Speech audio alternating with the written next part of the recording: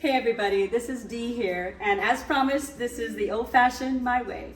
All right, so the first thing I did, a couple of days ago you saw me make these ice balls. I used this little ice ball maker right here, and it took me about a couple of days because it only makes 2 balls at a time. And I have friends over tonight, so we needed more than 2.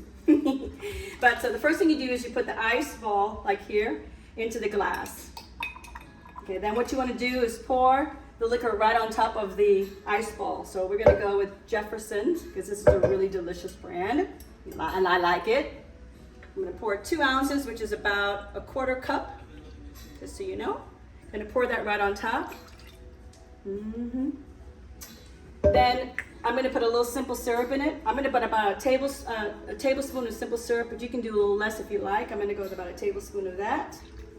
Then the recipe calls for, traditional recipe calls for Angostura bitters, but because orange is a beautiful infuser in this, I'm going to use an orange Angostura bitters. So I'm going to put about 1, 2, 3 drops of that. And then I'm going to use this fresh orange peel.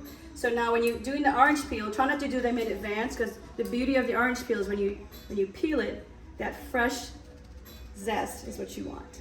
All right? Because that's what's happening. You can see, but that's what's happening. So you pour that in there, and then don't use Marciano cherries. That's just wrong on many levels. Use a really beautiful black cherry like this one. This one I'm using is called Filthy, and it's delicious. So I'm gonna put about 2 cherries in there. When I'm out on the town or at the bar, I was asking for an extra cherry. So since this is my house, I'm gonna go with an extra cherry. And that's it.